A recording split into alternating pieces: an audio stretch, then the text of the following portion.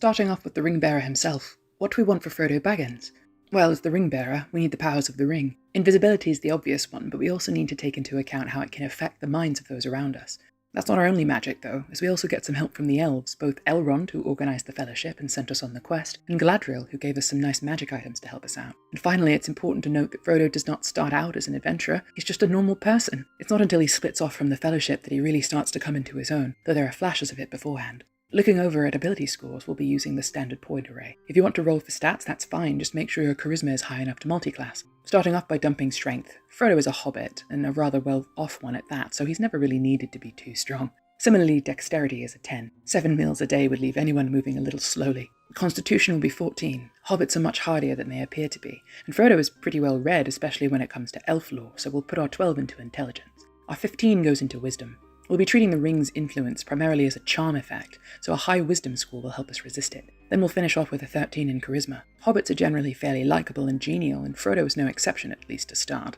Frodo's a hobbit, and hobbits are halflings, so a halfling we shall be. Frodo has a fair bit of Falarite blood in him thanks to his Brandybuck and Took ancestry, so we'll make him a Lightfoot halfling. That'll add 2 to our dexterity and 1 to our charisma, making them 12 and 14 respectively. We're brave, meaning that we have advantage on saves against being frightened, and we're lucky, meaning we can re-roll 1s on our attacks, ability checks, and saves. Halflings are small rather than medium, but they can move through the space of any creature that's medium or larger, and Lightfoots are naturally stealthy to the point that they can try to hide when they're only obscured by a larger creature. The main thrust of the plot of Lord of the Rings begins when Bilbo passes down his ring to Frodo, so he'll make Frodo an inheritor. That gives us survival and history proficiencies, as well as an inheritance, which of course is the ring.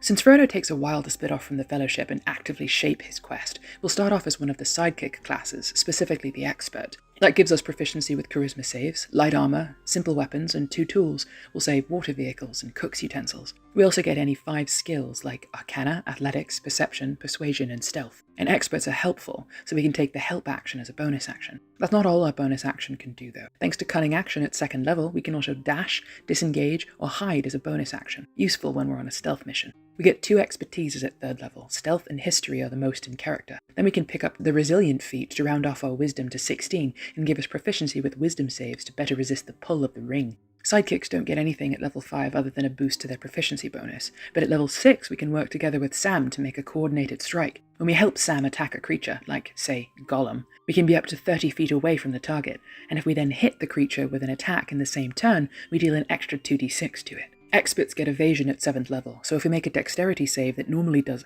half damage on a success, we take no damage on a success and only half on a fail. Had to escape that wave of lava somehow. For our 2nd feat, we'll take moderately armored. It's annoying having to take a whole feat to get medium armor proficiency, but our mithril chain shirt is medium armor, so it is what it is. We do get to bump our dexterity to 13 though, so at least there's that. But most of Frodo's more magical abilities don't come from him, they are given to him, whether through the ring or through elf magic. So we'll switch over and finish the build out as a warlock, specifically of the Archfey. Archfey warlocks can project a fey presence once per rest as an action. Every creature in a 10-foot cube has to make a wisdom save, and is either charmed or frightened of us for a turn on a fail. You know those bits where Sam sees the world fall away and Frodo appears as a shining figure with a wheel of fire at its breast? Yeah, that. For spells, prestidigitation is a must-have on a long trip, keeping everything fresh and clean, along with flavouring the lembas bread however you like. True Strike gives us advantage on an attack if we wait a turn to set up. Lure Gollum closer by pretending to be asleep, then jump him. We also get protection from evil and good, which prevents us from being charmed, frightened, or possessed by certain kinds of creatures, along with giving them disadvantage on attacks against us. The ring probably doesn't qualify as any of the creature types, since it's, a ring, but the Nazgul almost certainly qualify as a kind of undead. 2nd level warlocks start to get eldritch invocations like Devil's Sight, as the ring sharpens our senses and lets us see normally in any darkness out to 120 feet. Then Fiendish Vigor pads out our lifespan, as we can cast False Life at will without using a spell slot. For our Pact boon, we'll take the Pact of the Talisman, a little pendant or amulet that we can invoke to add a d4 to an ability check that we fail the number of times per day equal to our proficiency. Now this can of course be the ring, but it could also be the Phial of Galadriel, whichever you prefer. Invisibility is just the ring though. We can turn invisible for up to an hour with our concentration, but it ends when we attack or cast a spell. For the vial, we'll need to grab Magic Initiate to get a couple cleric spells like Light. For some reason, the only light-producing cantrip that warlocks have access to is Create Bonfire. We'll also grab Resistance to add a d4 to a creature's saving throw, and Command to use the ring to compel Gollum to obey. Warlocks do get the Friends cantrip, which gives us advantage on charisma checks against a creature, though then they feel the pull of the ring and become hostile to us, as well as a similar effect in Crown of Madness. The ring charms a humanoid who fails a wisdom save, forcing them to make an attack against a creature it can reach before moving every round. Warlocks really do get a lot of those mind-affecting spells that the ring can play around with.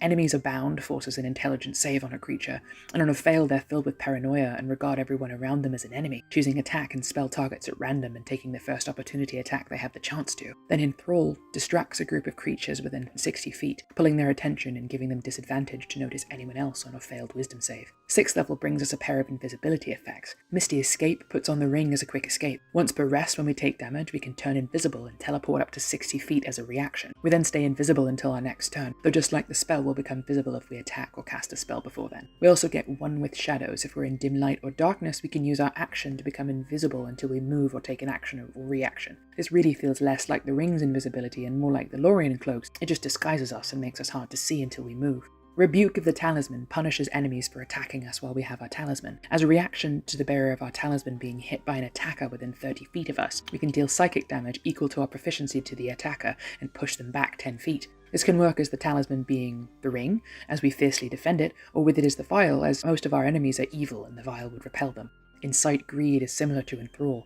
We present the ring, and creatures of our choice within 30 feet have to make a wisdom save. If they fail, they're charmed and can't do anything but approach us and stare at the ring. We can take the Skill Expert feat at 8th level to bump our Constitution to 15, give us insight into Gollum's tragic backstory, and expertise in perception. Protection of the Talisman takes the usual Talisman ability, the wearer can add a d4 to a failed ability check, and says, hey, now you can do that for saving throws, so a number of times per day equal to our proficiency we can add a d4 to a save that we fail. Antagonize is another of those nasty mind tricks the ring can play, forcing a wisdom save on a creature. If they fail, they take 4d4 psychic damage and have to immediately use their reaction to attack a creature of our choice within range. If there isn't one, they just have disadvantage on the next attack they make before our turn. We can pick up Blade Ward to make our Mithril Coat extra protective. Then as an Archfey Warlock we get Beguiling Defenses. We're immune to being charmed entirely, and if another creature tries to charm us we can use our reaction to turn it back, charming them for up to a minute if they fail a wisdom save. Obviously we can't be charmed by anyone else if we're already obsessing over the ring, and if they try then they just get captivated by the ring as well. 11th level Warlocks get a Mystic Arcanum, a 6th level spell that they can cast once per day without using a Warlock spell slot. Since the ring lets us see things that they truly are, we'll take True Seeing. We get True Sight for an hour, meaning we can see normally in darkness, see invisible things, automatically see through visual illusions, see the original form of a shapeshifter or a creature that has been changed by magic, and see into the ethereal plane, all out to 120 feet. Our capstone is the 12th level of Warlock for one last ability score improvement, and will round off our Dexterity and Constitution to 14 and 16 respectively. Now that the build is complete, let's take a look and see what we've done. Appropriately enough for going on a stealth mission, we excel at being sneaky. We've got multiple ways to become invisible and several ways to escape from combat if we do get caught. We do have a lot of effects that run off of charm or fear, so if we run into a group of orcs we can probably get them fighting amongst themselves, but something like a Nazgul is not going to fall for those. We're very good at skills, with 5 proficiencies and 3 expertises, plus lucky and our talisman to help ensure we get good rolls.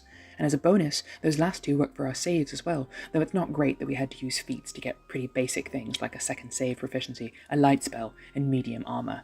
If we didn't need the proficiencies, or if we got them from our class, we could even have used one ASI to even out wisdom and dexterity, and still had 2 left over for other feats or just to make our stats better.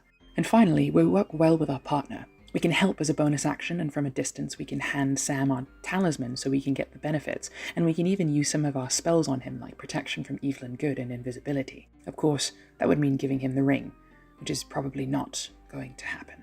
I will take it! Good, I will take it!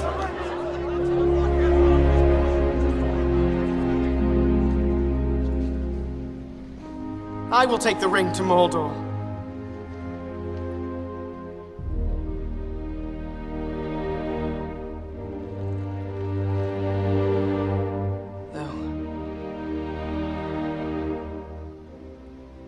I do not know the way.